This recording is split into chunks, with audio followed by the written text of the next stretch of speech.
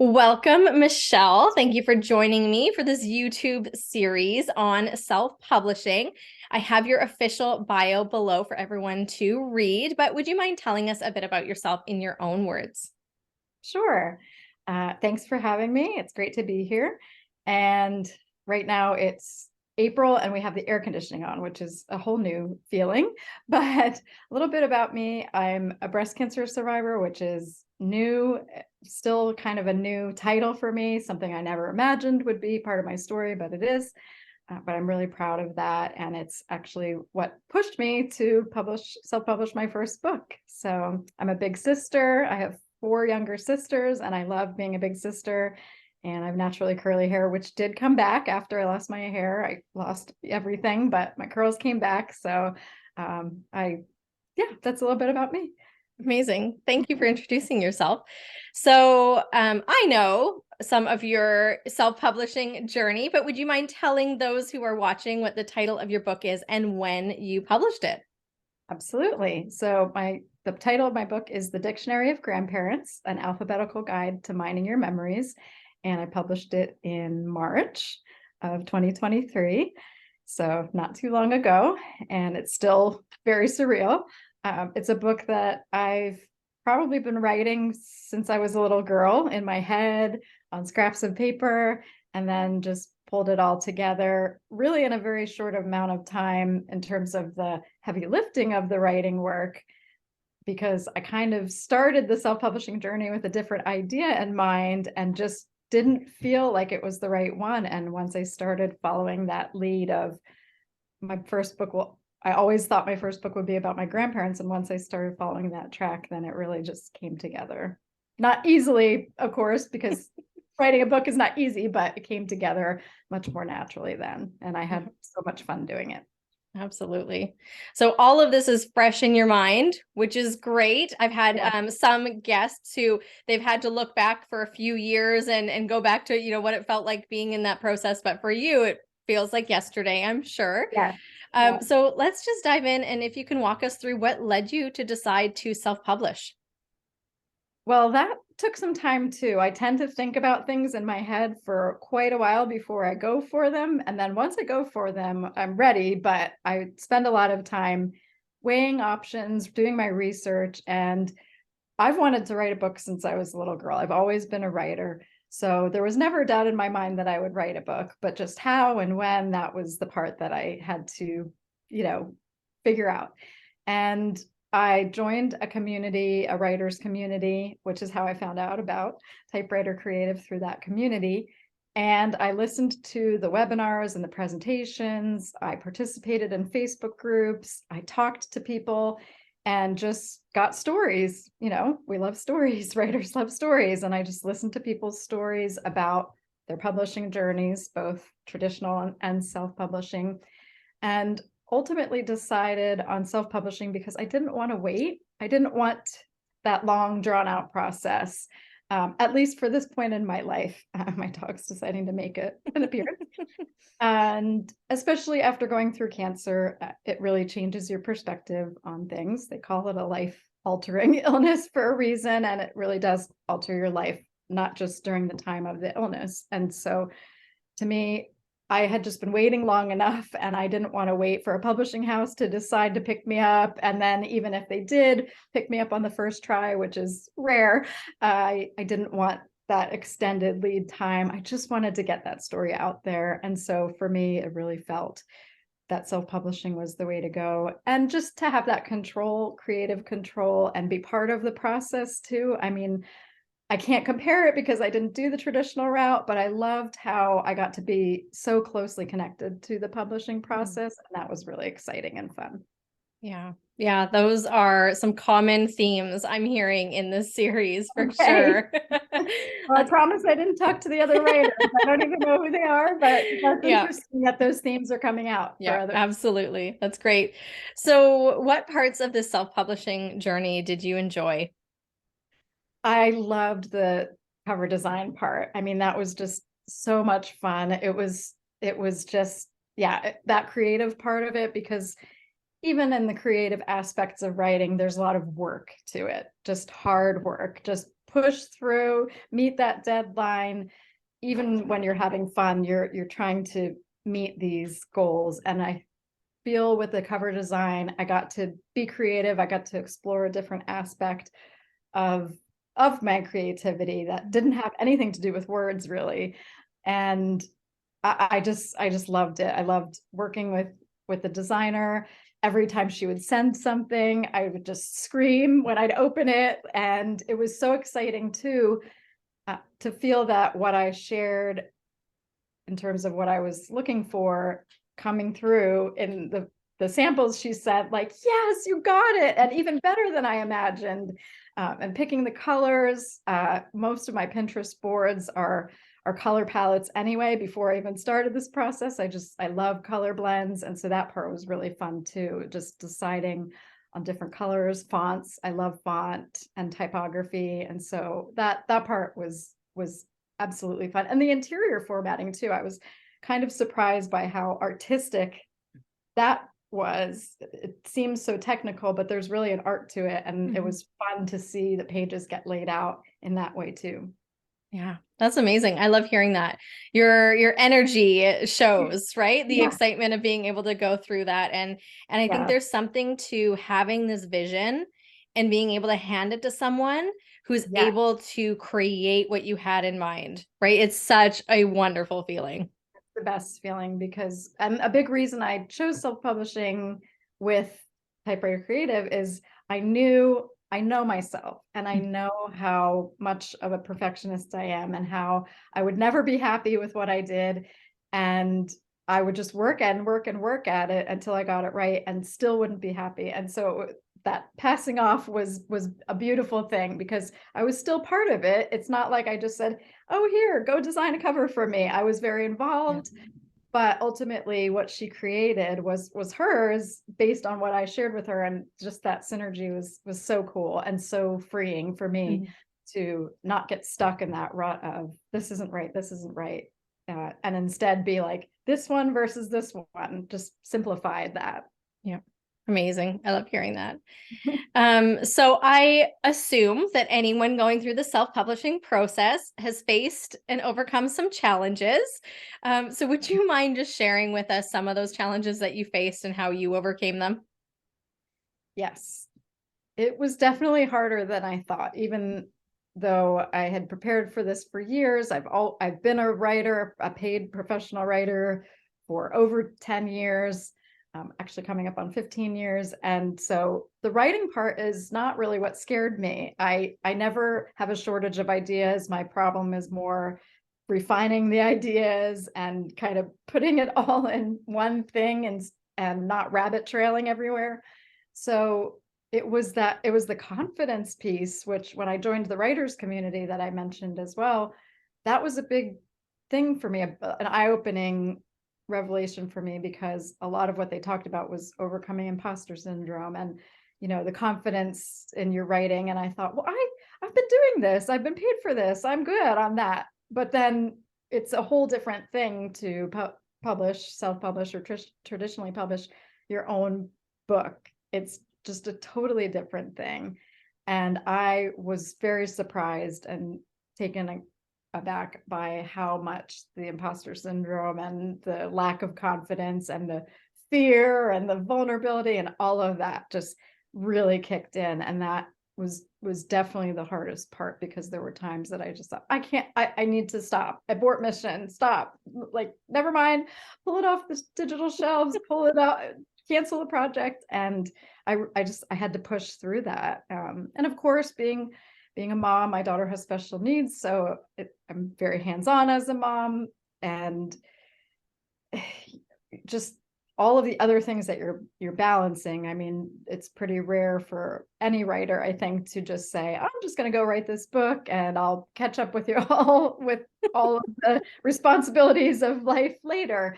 So finding the time, making the time, just setting that aside. I did do a retreat kind of thing. I have a wonderful friend who graciously allowed me to use a little cottage that she has on her property.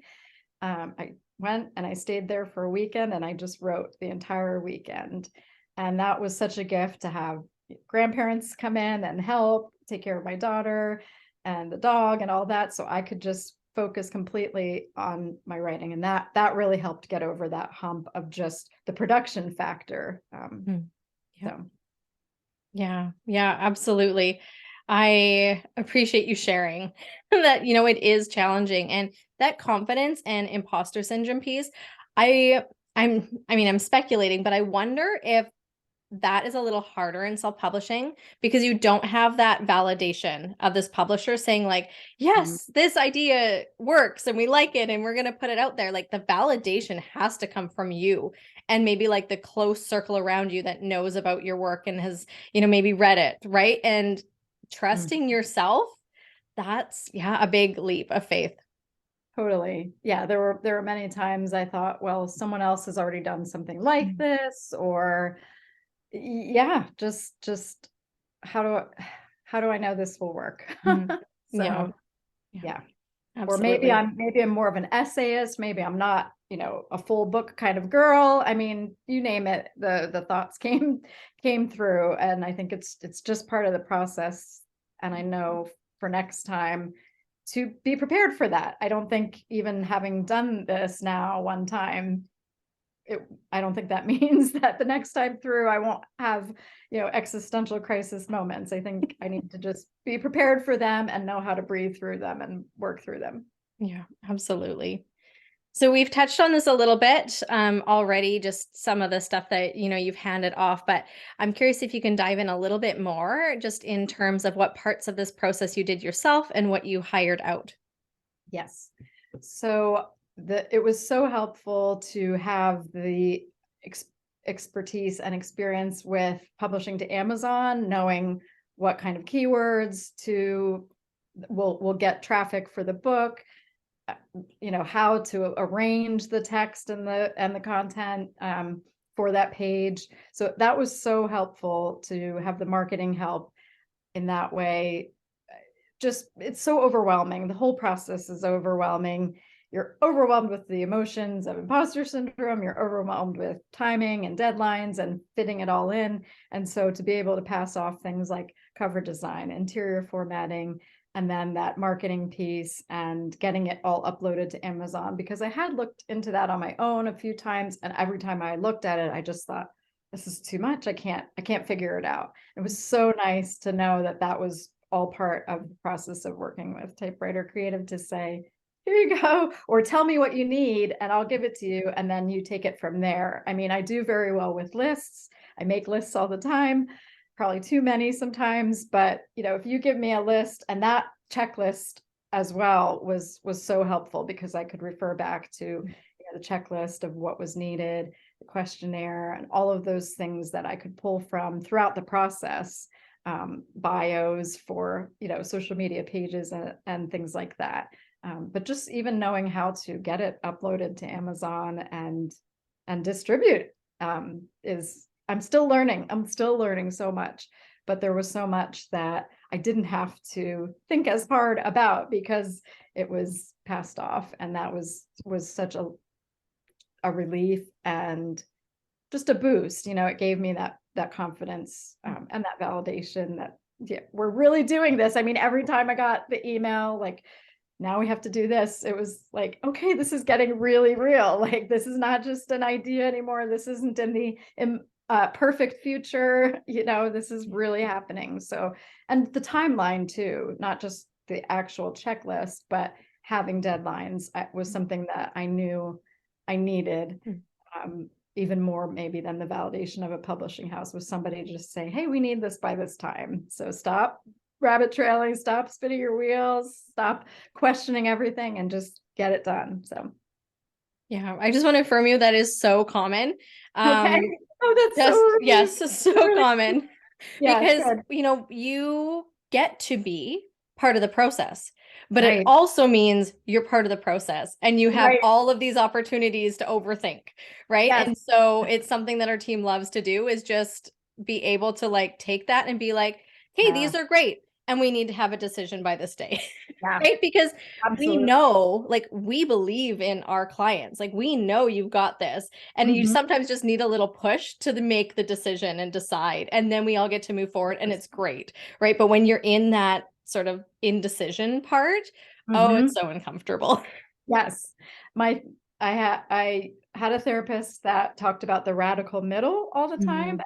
And I think even choosing to work with Typewriter Creative was sort of my radical middle, because when I decided no to traditional publishing, at least for this first book, and yes to self-publishing, I still felt like I wasn't ready to just DIY the whole thing, just me solo. And so it was such a beautiful thing when I heard about Typewriter Creative and what you all do. And I thought, that's it. That's the radical middle for me, where I'll be part of the process. I'll do the work, but I have somebody walking alongside of me and helping me on parts that I would get stuck on, and also keeping me to task. So it was perfect in that way for me. Awesome. That's great. So I love hearing all of the positive things, obviously. But I'm curious, what would you change about your self-publishing journey? I I was the first thought that popped into my head was giving myself more time. But as an overthinker and a perfectionist, as shared, I think I know that that probably wouldn't have made a Mm. difference. I probably needed less time on the overthinking front and more time to just, dive in and do the real work. It's all work. It's all real work, I guess I should say. So I don't know. I think just be easier on myself, Mm. really. No, I mean, everything that your team did was spot on. And I think I really needed to just give myself more grace, more breathing Mm. room, more, you know, yeah, more margin, I guess, to make, I don't want to say to make mistakes, but yeah, maybe to make mistakes and then learn from it and just keep going, and not because there was a time that I called my mom and I said, I saw a mistake and I think I should just stop the whole process. And she's like, what are you talking about? So yeah, not to get so derailed by my Mm. mistakes, I guess. But yeah, I think that's what I would do next time around, which really has nothing to do with the excellent work of Typewriter Creative. It's all made. Don't get derailed by mistakes. Yeah. So Yeah. That's a tough one. yeah, it is. Yeah. Awesome. So it sounds like, most of this was a really great experience for you. How would you summarize the benefits of self-publishing so far? I, whew, I mean, managing the overwhelm, which I know is part of your branding, and it's so true. Really, the way that you help guide that overwhelming process of you have to do these things, all of these things. Um, that was just so helpful. Um, just to have a concrete beginning, middle, and end, and steps for each part. I yeah, I just I'm very I'm a very organized person. When I talk, I'm not always as organized because the thoughts just start coming. But I like, having a list to work with, and I work well independently. So I think it was also the best of both worlds in that I got to work independently by self-publishing. I didn't have to have some big company or even a small publishing house, telling me this is what we need, this is what we want. And then me going, well, it's not really what I wanted, but I guess I'll defer. So I still had that independence and that creative freedom and permission, but also had the accountability and responsibility of deadlines and the benefit of the insights from your having done these projects many, many times before where I hadn't. So I think, yeah, those are the benefits, managing the overwhelm, sticking together. That's something that we learned when we did a trauma therapy course with my daughter, was we stick together. And I liked the sticking togetherness of working with the team and knowing that you're an email away. If I had a dumb question or a newbie question, there's no dumb questions, a newbie question. Yeah, but just having that partnership, but still being in control of the process somewhat. So I think it's really a beautiful blend for that independent writer who has an idea and wants to go forward with it, but needs a little help. Yeah. So your book has been for sale for a few weeks now. I'm just wondering, how do you feel a few weeks of having this out in the world? I'm starting to settle into the reality of it. I think because I have been dreaming about it for so long, it still didn't feel real for so long, and it still sort of feels like a dream.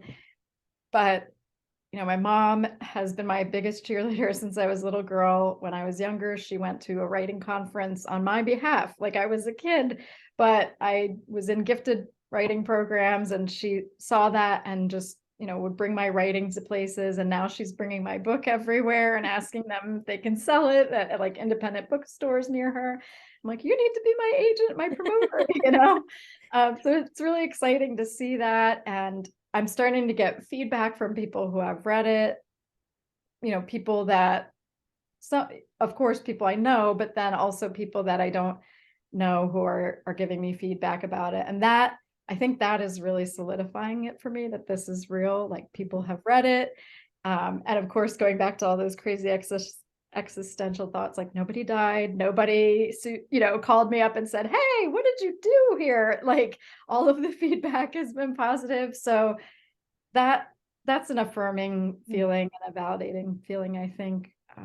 Just the numbers are fun, but that's not even the best part. The best part is getting those messages from family members who said, oh wow, I didn't know that about our family, or that reminded me of so many other wonderful things about our family, because there's a lot of memoir stories in there.